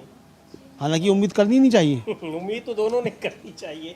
आपको लग रहा है वो बयान देंगे? अगर देना भी होगा तो गृह राज्य मंत्री नित्यानंद राय को भेज देंगे कि जाओ बयान दो। बिल्कुल, बिहार का मुख्यमंत्री नहीं बनाए तो आप यही काम करिए। हाँ, कुछ तो काम करो, सरकार में हो, कुछ तो काम करो। अमित शाह जी को बचाओ। अभी तक तो अमित शाह जी आते थे मोदी जी को बचाने, अब अमित शाह जी को बचाने के लिए अब मंत्रियों को लगाया जाएगा कि अमित शाह जी को बचाओ। लेकिन जिनको लगाया जा रहा है बचा नहीं पा रहे हैं। रिजिजू साहब तो और ज्यादा लपेट देते हैं, प्रधानमंत्री को भी और गृह मंत्री को भी। नहीं, खुद ही हल्ला करने लग जाते हैं, खुद ही हल्ला करने लगते हैं, और जो है मामला बिगड़ जाता है। तो ये समझिए, इनको देखा जाता है। लेकिन आज मल्लिकार्जुन खड़गे 1:15 बजे एक प्रेस कॉन्फ्रेंस करेंगे और शायद उस प्रेस कॉन्फ्रेंस में यही बताएंगे कि अमित शाह सदन में नहीं आ रहे हैं, तो आखिर आगे विपक्ष का क्या रोड मैप है, आगे विपक्ष करेगा क्या, ये शायद बता सकते हैं। चूंकि नेता विपक्ष में राज्यसभा में, तो मल्लिकार्जुन खड़गे 1:15 बजे करेंगे, वो भी हम लोग जो है दिखाएंगे, लाइव दिखाएंगे। बिल्कुल, उसको भी हम लोग दिखाएंगे। मल्लिकार्जुन खड़गे एक महत्वपूर्ण प्रेस कॉन्फ्रेंस करेंगे कि आखिर गृह मंत्री नहीं आ रहे हैं, यहाँ पर संसद में आने के बावजूद वो सदन में नहीं आते, न लोकसभा में न राज्यसभा में। विपक्ष उनके लिए बारिश में भीगते हुए प्रदर्शन कर रहा है, तो आखिर क्यों नहीं आ रहे हैं ये बताएंगे। लेकिन ये सवाल तो बड़ा महत्वपूर्ण है कि आप आखिर आ क्यों नहीं रहे हैं। उधर आप राहुल गांधी के कार्यक्रम हर जगह रोके जा रहे हैं, अब उसके लिए गृह मंत्री नहीं जिम्मेदार है, लेकिन वहाँ पर राज्य सरकारें जिम्मेदार हैं कि वो क्यों उनके कार्यक्रमों को रोक रही हैं। पर यहाँ जिस तरीके से अब जो बात हो रही है कि रांची में जो प्रदर्शन हो रहा है छात्रों का, उसकी एक कवरेज को लेकर और ये तुलना हो रही है, इन सारी चीज़ों को लेकर ये क्या कुछ किस तरीके से एक नैरेटिव सेट करने की कोशिश की जा रही है। लेकिन ये ज़रूर है कि इस मुद्दे पर अमलेंदु जी, छात्रों का ये जो मुद्दा है, छात्रों के इस मुद्दे पर और छात्रों की इस नाराज़गी पर, छात्रों के इस गुस्से पर, ये सरकार को लग रहा है कि उस पर भारी पड़ता दिखाई पड़ रहा है, महसूस हो गया है। उपचुनाव के नतीजों ने बता दिया है। और अब मोदी जी तो चूंकि वो टेक्निकली साउंड आदमी हैं, तो उन्होंने अपना रील बनाना शुरू किया। अब आरएसएस के प्रमुख मोहन भागवत भी कह रहे हैं कि वो भी जेनजी से संवाद करेंगे, जेनजी से संवाद करेंगे, उस पर भी आएंगे समझिए। लेकिन हम लोग के सुरेश जो कांग्रेस के सांसद हैं, उनको भी सुन लेते हैं। वो कह रहे हैं कि ये जो मीडिया जो लगा है दिल्ली से उठकर पहुंच गया है झारखंड, तो अमित शाह के ध्यान भटकाने के लिए झारखंड पहुंच गया है सब ये। कि उसकी चर्चा, हाँ, उसकी चर्चा छिप जाए, अमित शाह की चर्चा छिप जाए, तो ये झारखंड को कर रहे हैं। और ये देखने में भी आ रहा है समझिए, मतलब जैसे आपने कहा कि ये भी मतलब दिल्ली से उठकर पहुंच भी गए रांची, और ये भी बता रहे हैं कि यहाँ विपक्ष नहीं आया है। तो हम लोग सुन सकते हैं कि सुरेश को, अंग्रेजी भी उनकी बाइक है, फिर हम लोग हिंदी में बिल्कुल सुन लेते हैं। कांग्रेस पार्टी के सांसद है के सुरेश, झारखंड में जो प्रदर्शन चल रहा है और उस पर जो उस प्रदर्शन को लेकर जो नैरेटिव सेट किया जा रहा है, क्या कह रहे हो?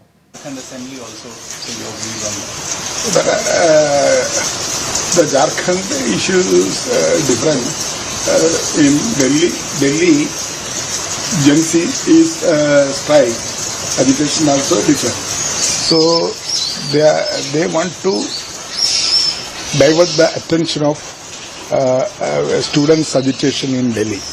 That's why they are projecting Jharkhand issue. Jharkhand issue is a state issue.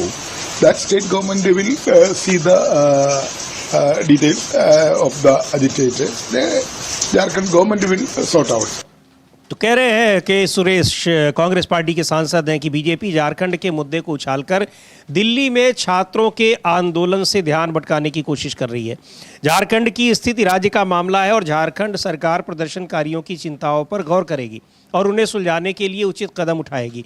BJP Jharkhand का मुद्दा क्यों उठा रही है? ऐसे ही मुद्दे कई दूसरे राज्यों से भी सामने आए हैं। राजस्थान में परीक्षा के पेपर लीक होने के आरोप लगे हैं।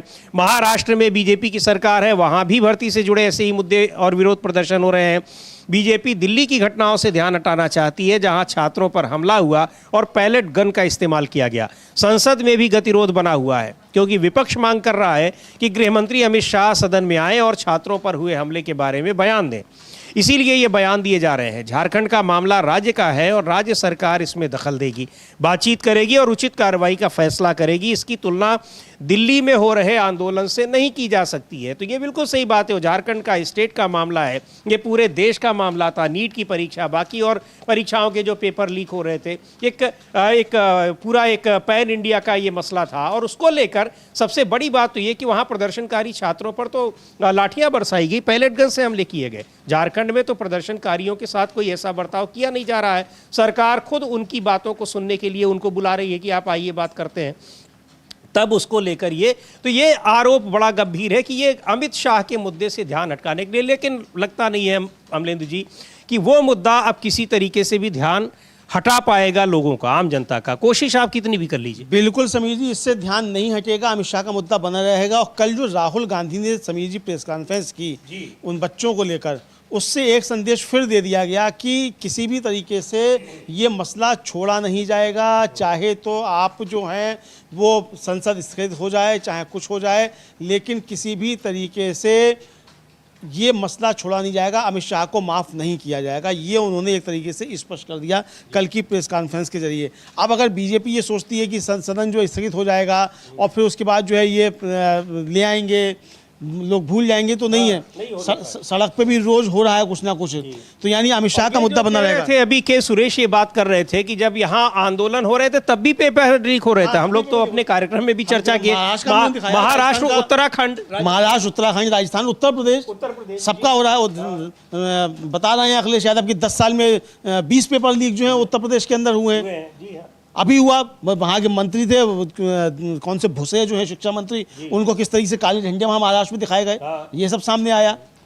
और यूपी में तो पेपर लीक में जो अभियुक्त हैं वो विधायक बन गए बीजेपी से। दो लोग दो विधायक बन गए। अच्छा, और जो गिरफ्तारी होती है कहीं भी पेपर लीक हो, वो गिरफ्तारी बीजेपी से जुड़े लोगों की होती है, बीजेपी के उसमें लोग निकलते हैं। संजय राउत ने साफ साफ आरोप लगाया कि आधे से ज्यादा जो अपराधी हैं जो उसमें पेपर लीक के, वो अकेले महाराष्ट्र के 3 जिलों से हैं और सब बीजेपी के कार्यकर्ता है। जी हाँ, सुना चुके हैं हम लोग। अब जो ये मीडिया पहुंचा है झारखंड, रांची, भाई ये महाराष्ट्र क्यों नहीं जा रहा?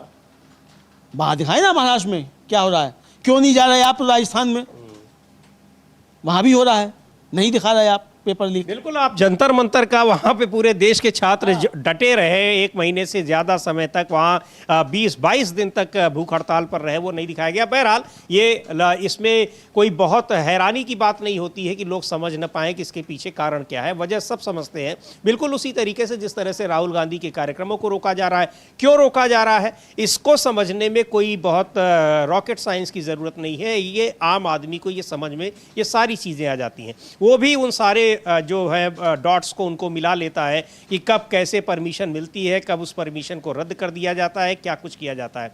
बहरहाल यहाँ अब जो जेन जी का जो मसला आ रहा है और उसको लेकर जो बातें हो रही हैं, उस पर प्रतिक्रियाएं भी आ रही हैं। और खरगे जो है वो उनको हम लोग सुनेंगे थोड़ी देर में, उनकी जो प्रेस कॉन्फ्रेंस अभी होने वाली है उसको भी सुनेंगे। लेकिन अब मोहन भागवत भी जेन जी से अब संवाद करने जा रहे हैं अमलेंदु जी। लेकिन वो रील बना के नहीं करेंगे, वो फेस टू फेस करेंगे। हाँ, वो फेस टू फेस करेंगे और आज एक कार्यक्रम में फेस टू फेस करेंगे।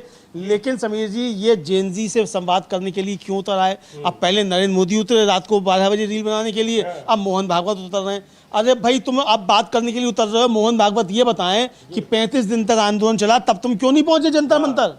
पेपर लीक पे एक ट्वीट नहीं आया, एक ट्वीट नहीं, एक बयान नहीं, बल्कि साहब आपके लोग जो है प्रदर्शनकारी छात्रों को कोई पाकिस्तानी बता रहा है, कोई आतंकवादी बता रहा है, कोई कुछ बता रहा है, और अब आप संवाद करेंगे।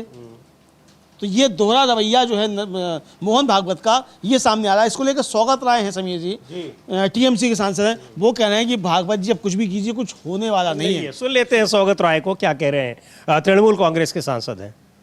बीजेपी का कम्युनल एजेंडा का अंश है, वही कर रहे हैं। मुसलमान लोगों को रहने नहीं देगा, मुसलमान को नाम और निशान मिटा देगा। हम तो निंदा करते हैं इसको। आज मोहन भागवत जो है वो जैन से बातचीत कर रहे हैं, संवाद कर रहे हैं मुंबई में। अच्छा ही है, इस उम्र में मोहन भागवत कोशिश कर रहा है जैन से मिलने का, अच्छा बात है, लेकिन इससे कुछ नहीं होगा। आज पार्लियामेंट में, लोकसभा में क्या रणनीति आप लोगों की रहेगी? क्या उसी मांग पे आप लोग कायम रहेंगे? उसी मांग में हम कायम हैं। अमित शाह का एपोलॉजी और डिस्कशन ऑन चंदा चोरी।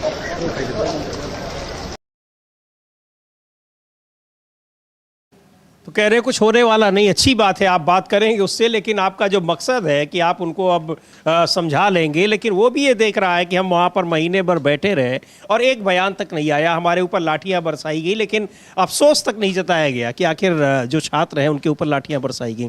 तो बिल्कुल स्पष्ट रूप से कह रहे हैं कि अब कुछ होने वाला नहीं। हाँ, बिल्कुल साफ कह रहे हैं कि कुछ होने वाला नहीं है। तो अगर आप कुछ ये सोचते हैं कि कुछ होने वाला है, तो कुछ नहीं होने वाला। भागवत जी आराम कीजिए, मतलब ये बताना चाहते हैं।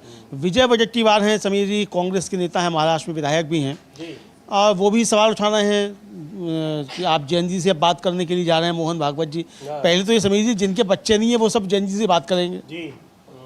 आपको जब समझ ही नहीं है बच्चों से किस तरीके से व्यवहार करना है, किस तरीके से नहीं करना है, तो आप कैसे जो है संवाद कर लेंगे?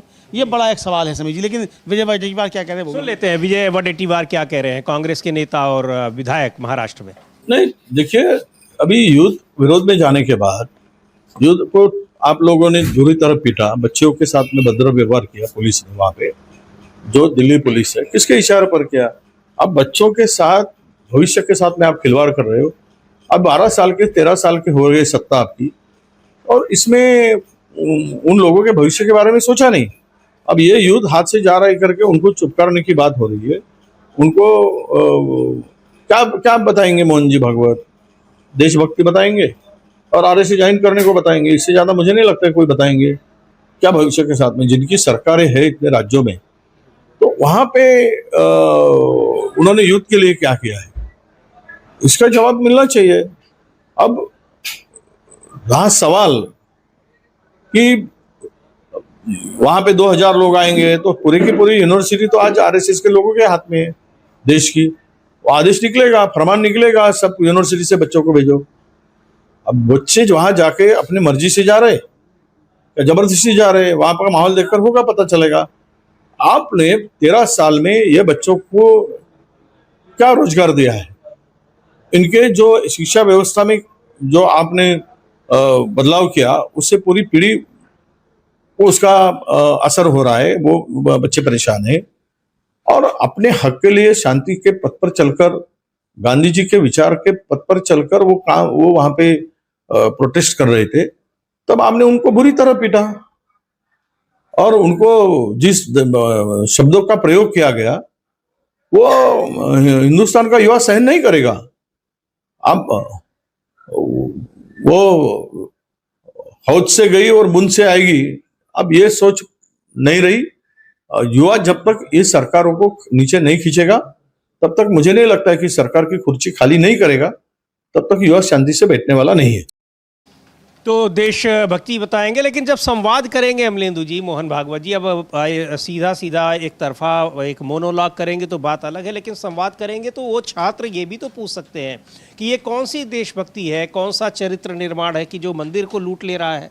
ये कौन सा चरित्र निर्माण है कि छात्र अपने अधिकारों की मांग करने आए हैं और उनके ऊपर लाठियां बरसा दी जा रही हैं, और बरसाने वालों को बचाया भी जा रहा है?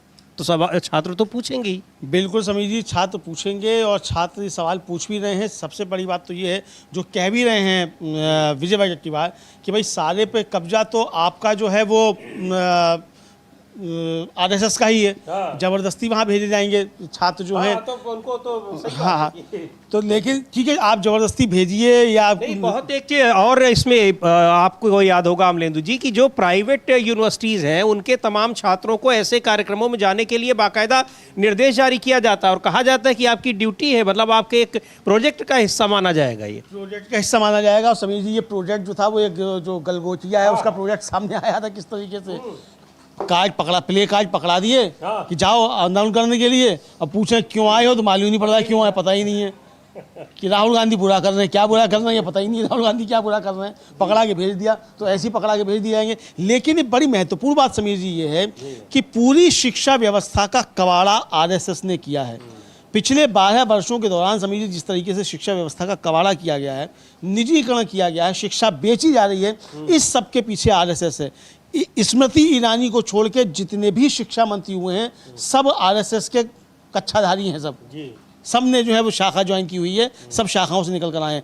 ये एक आरएसएस का प्रोजेक्ट है समीर जी कि शिक्षा व्यवस्था का कबाड़ा किया जाए, भारत को पीछे धकेला जाए, एकदम जो है कूड़ मगज बना दिया जाए। ये आरएसएस का प्रोजेक्ट है और इसीलिए ये पेपर लीक वगैरह सब कुछ हो रहे हैं, उसी प्रोजेक्ट का हिस्सा है उसी तरीके से। और यही बात विजय वडेट्टीवार कह रहे हैं, ये बहुत गंभीर बात है समीर जी। लेकिन ये जिस तरीके से अब ये चल रहा है और संसद में गतिरोध लगातार बना हुआ है, उस पर भी मोहन भागवत जी को बताना चाहिए कि अमित शाह जी क्यों नहीं जा रहे हैं।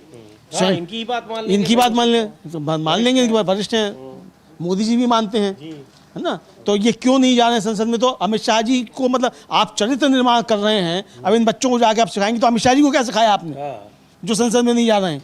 मोदी जी को क्या सिखाया आपने शाखा में, ट्रस्ट वालों को क्या सिखाया। हाँ, ट्रस्ट वालों को क्या सिखाया। हाँ, ट्रस्ट वालों को क्या सिखाया। अब आप बता रहे हैं साहब वो नेशन फर्स्ट। अरे नेशन फर्स्ट, नेशन से पहले तो डेमोक्रेसी फर्स्ट। लोकतंत्र का कबाड़ा कर रहे हो, नेशन फर्स्ट की बात कर रहे हो, और तुमसे क्या मतलब नेशन का।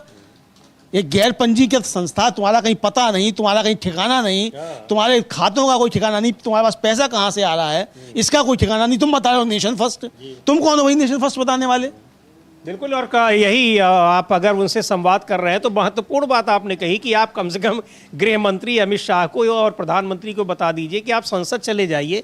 आपकी राह जो रहे हैं वहां पर तमाम सांसद, राजीव राय हैं समाजवादी पार्टी के सांसद, वो कह रहे हैं कि एक बार आ जाए हम लोग उनका चेहरा तो देख लें। हाँ, मतलब इतने दिन हो गए नहीं आए हैं सदन के अंदर, तो परेशानी होती लोगों की। ज़्यादा बीमार है क्या, कुछ बड़ी बीमारी हो गई है जिसको छुपाया जा रहा है क्या, ऐसा कुछ है।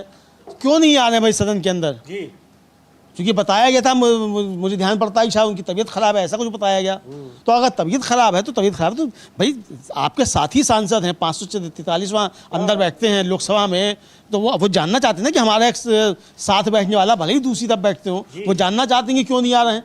अच्छा, बीजेपी के लोगों को परेशानी क्यों नहीं हो रही है, बीजेपी के सांसदों को, कि गृह मंत्री सदन में नहीं आ रहे हैं, आखिर क्या परेशानी है। प्रधानमंत्री सदन में नहीं आ रहे, विपक्षी चिंता करें इन दोनों की भी। सही बात है। यहाँ पर सत्ता पक्ष के किसी सांसद की, आप सही कह रहे हैं, यहाँ तक कि गठबंधन वालों की भी किसी की चिंता नहीं है। चिंता नहीं है। अब नीतीश कुमार संजय झा के साथ जो है आराम से टहलते हुए निकल रहे हैं संसद में से, तो समाजवादियों से भी मिल रहे थे उस दिन। मिल रहे हैं तो भाई परेशानी होनी चाहिए ना कि क्यों नहीं आ रहे हैं अमित शाह, क्या बीमारी है, क्या परेशानी है, कोई ज़्यादा दिक्कत हो सब लोग चल के जाके देखें। जी बिल्कुल, सुन लेते हैं समाजवादी पार्टी के सांसद राजीव राय क्या कह रहे हैं गृह मंत्री प्रधानमंत्री के संसद में ना आने को लेकर। मंदिर में हम ये चाहते हैं कि हमारे माननीय प्रधानमंत्री जी, माननीय गृह मंत्री जी का चेहरा हम देख लें, उनकी बातों को सुन लें, तो क्या वजह है कि दोनों अवॉइड कर रहे हैं। माननीय प्रधानमंत्री जी राम मंदिर के क्रेडिट देते हैं, सुप्रीम कोर्ट के फैसले से बना पूरा देश ने स्वागत किया, लेकिन इनका झूठा वाला बैंड जो है लगातार बजता रहता है कि सबने विरोध किया था। कल संसदीय कार्य मंत्री जी बोल रहे थे कि आप लोग काली पट्टी बांधे थे, दिखा दे एक भी वीडियो, हम इस्तीफा दे देंगे, दिखा दे एक भी वीडियो। अब इस तरह सदन में, सदन के बाहर आप गुमराह करते रहे और राम मंदिर के नाम पर आप वोट मांगेंगे, राम मंदिर के नाम पर सत्ता में आएंगे, राम मंदिर का बिना मुहूर्त के पूजा कराएंगे, उद्घाटन कराएंगे, और राम मंदिर की चोरी हो रही है लगातार, तो आप खामोश हो जाएंगे। हमारे बेटे बेटियों पर, भाई बहनों पर यहाँ बर्बरता हो, अंग्रेजों के राज की याद दिला दी जाए। अयोध्या में हुआ था तो नेताजी जिम्मेदार थे, यहाँ हुआ था तो इनका कांस्टेबल जिम्मेदार था। ये दोहरापन क्यों, जवाब तो देना चाहिए ना। आखिर कौन सा खौफ है कि दोनों नहीं आ रहे हाउस में, हम बस इतना ही चाहते हैं, चर्चा करा दीजिए और जवाब दे दीजिए। सर, छात्रों की कुल एक कार्यक्रम कांग्रेस करने वाले को प्रयागराज में, जिसका कि परमिशन नहीं मिल पाया है, कैसे उसके आगे? डरी हुई सरकार है, डरी हुई सरकार है। खौफ तो उस समय नजर आया जब माननीय प्रधानमंत्री 12 बजे रात को उठ के इंस्टाग्राम पर रील पर बयान दे रहे हैं, फ्रेंड्स बोल रहे हैं। सदन जब चल रहा हो तो इंस्टाग्राम से सदन देश चलेगा, सरकार चलेगी या सदन से चलेगा? सदन में आते नहीं, 12 बजे रात को इंस्टाग्राम का रील बनाते हैं, रील से सरकार नहीं चलेगी, सदन चलाएगा सरकार को।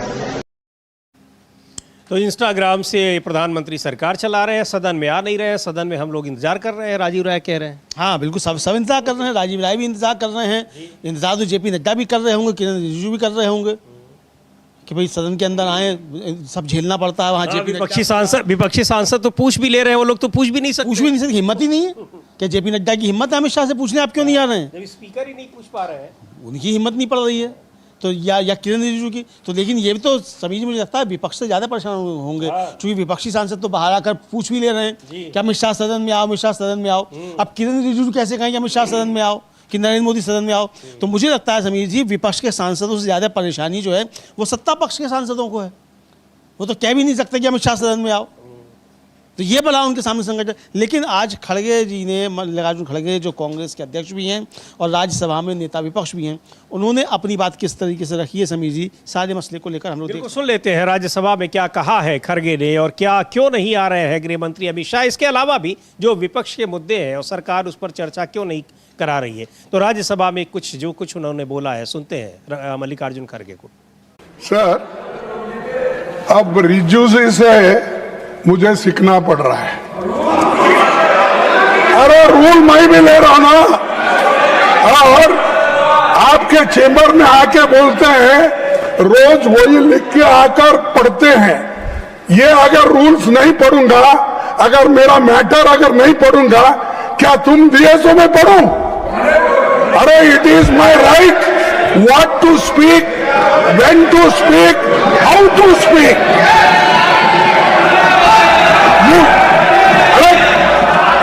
This is the rule book, and this rule book, what it says, you are insulting my member, and Pawan Khera, you took his name, and you are insulting him as if you are everything. And sir, just I want, we raised only genuine questions concerning to the country, concerning 140 crores people asked us question, and we are asking only Home Minister, Prime Minister should come to a statement. We are asking nothing. There should be a statement. I am ready to have a debate. So that's why I have brought the note. Please take your seat. Please take your seat. I request you, sir. Please take your seat. Please take your seat. You direct Home Minister. Now should come here, give their statement. We are ready to discuss. Now we are ready to discuss. Okay. And I will put it. He should not make any comments. He has you put your request. I will look into it. You have made your request. I will look into it. Now I request to speak like now. Can you direct me? No. You can direct me, sir. You can direct. No. He has not Honorable Kharge-ji, you have put your request. What I want to speak. How he is going to speak. You have put your request. I request. Sir, now government is willing to this respond. rule Let me call the Honorable Minister for Parliament Affairs. Let him respond. I will read.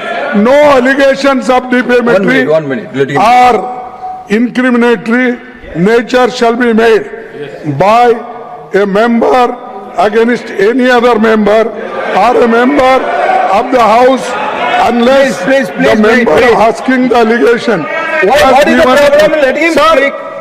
He, our Pawan Khera ji, he is standing. For them, who is he? He don't know the rules. Our Honorable Minister is sitting here. He is going to say you are shouting. Know the rules. He is learned man, good man, and you are telling that he should read Okay, I will ask him. Rules are like this. I will ask him. Rules everybody knows. Right. And sir, I want to tell one example. In this house, this means the Rajya Sabha.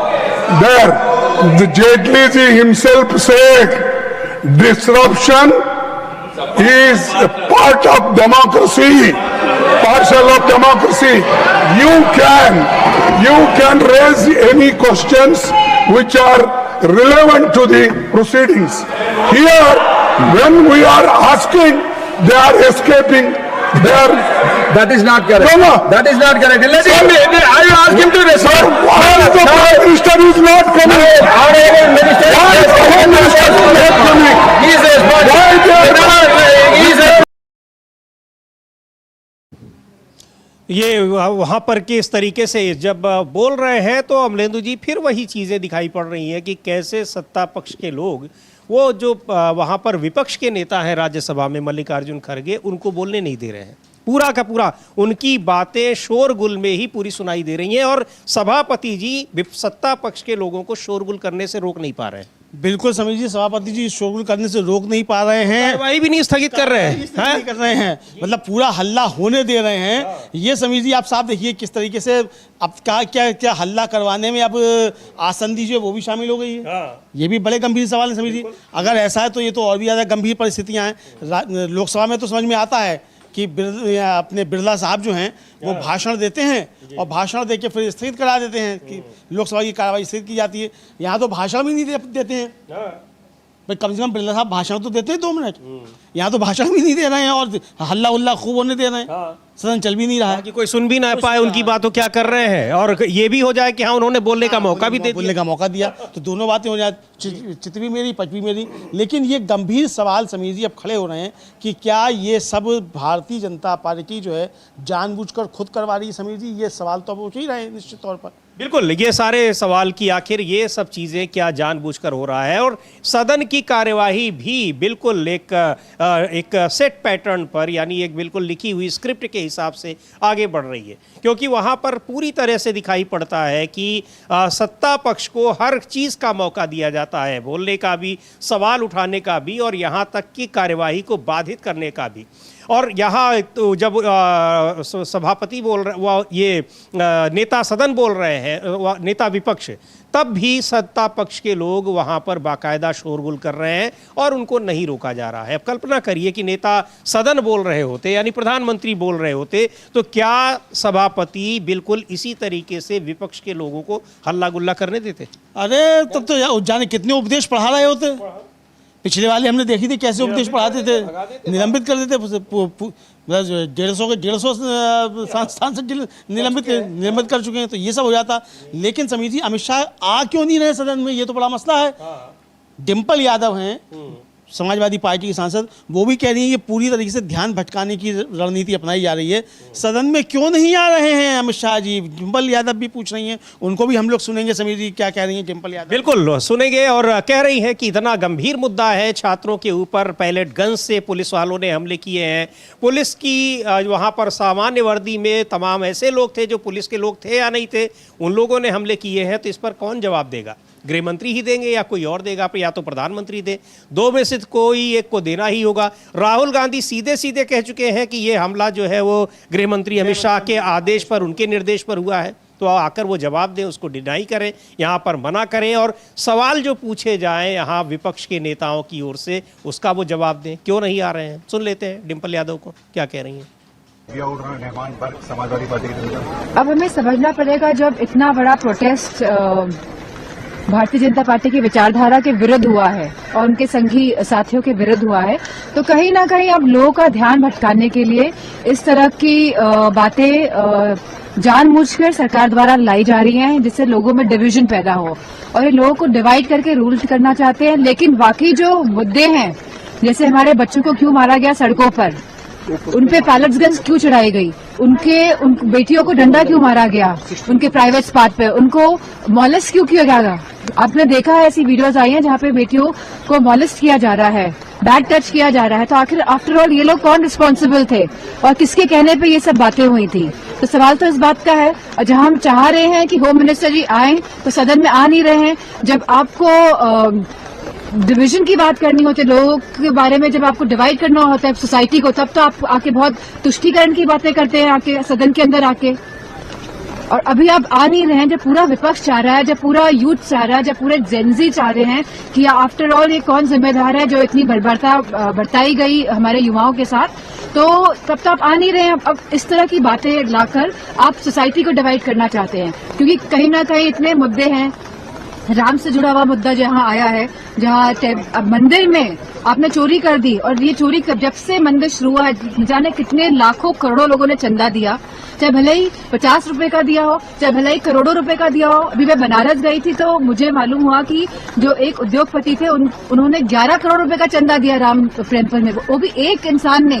तो आप समझ सकते हैं कि इसका magnitude, इसकी विशालता कितनी है। न जाने कितने हजार करोड़ रुपए का चंदा और दान और गुप्त दान और धातु दान भारतीय जनता पार्टी और उनके संगी साथियों ने लूट लिया है। तो इस बारे में आप चर्चा नहीं चाहते। हम तो चाहते हैं कि बच्चों के मुद्दे पे, युवाओं के मुद्दे पे चर्चा हो। हम चाहते हैं कि राम मंदिर के मुद्दे पे चर्चा हो, क्योंकि ये हमारी आस्था से जुड़ा हुआ मुद्दा है। और जो लोग धर्म के नाम पे वोट बटोरते हैं, धर्म के नाम पे तो वोट बटोरते हैं आप लोग, जो लोग धर्म के नाम पे वोट बटोरते हैं, आप चर्चा नहीं करना चाहते आज राम मंदिर के नाम पे। आप प्रभु राम जी को के नाम पे चोरी कर रहे हैं, आप चर्चा नहीं चाहते सदन में। तो क्यों नहीं चाहते हैं आप? पूरा विपक्ष इस बात में एक है कि युवाओं को लेकर सदन के अंदर चर्चा हो, राम मंदिर को लेकर जिस तरह का भ्रष्टाचार दान पात्र में हुआ है उसको लेकर भी चर्चा सदन के अंदर हो। और ये सब बातें जब आएंगी, ये आप ध्यान रखिएगा कि ये खाली चुनाव के मद्देनजर ये बातें लाई जाएंगी और लोगों में डिवीजन करने के लिए, जिससे कि जिस एकता के साथ यूथ आया है, कहीं ना कहीं ये सरकार हिली है। तो इसी चीज को लेकर अब इस तरह के मुद्दे लगातार सामने लाए जाएंगे। तो ये मुद्दे, इन पर क्यों नहीं चर्चा हो रही है? राम मंदिर में चोरी और छात्रों के ऊपर हमला और उनके प्रदर्शन को किस तरीके से रोकने की कोशिश की गई, और ये करना पड़ेगा। पूरा विपक्ष एकजुट है, इस पर चर्चा सरकार को करानी ही होगी। गृह मंत्री अमित शाह को बयान देना ही होगा, कह रही हैं डिंपल यादव। अब देखते हैं क्या कुछ होता है, सरकार क्या फैसला करती है। गतिरोध टूटता है या फिर अब इसको अगले हफ्ते भी ये जारी रहेगा, या फिर अभी कल का भी दिन है, उसमें कुछ बात बन पाती है। गृह मंत्री आज सदन में फिर दिखाई पड़े, वहाँ संसद परिसर में फिर दिखाई पड़े हैं, लेकिन सदन में नहीं गए हैं, सदन में लगातार नहीं आ रहे हैं। क्यों नहीं आ रहे हैं इसका जवाब किसी के पास नहीं है। लेकिन थोड़ी देर में ही प्रेस कॉन्फ्रेंस करने वाले हैं मल्लिकार्जुन खड़गे, और वो आगे की रणनीति के बारे में बताएंगे कि अगर नहीं आते हैं तो फिर विपक्ष क्या करेगा। रहेगी नज़र, आप भी बने रहिएगा। और जब उनकी प्रेस कॉन्फ्रेंस शुरू होगी, आप उसको डीबी लाइव पर भी लाइव देख सकते हैं, मल्लिकार्जुन खड़गे की प्रेस कॉन्फ्रेंस को। इस कार्यक्रम को अब यहीं समाप्त करते हैं। मुझे और अमलेंदु उपाध्याय को दीजिए इजाज़त। नमस्कार।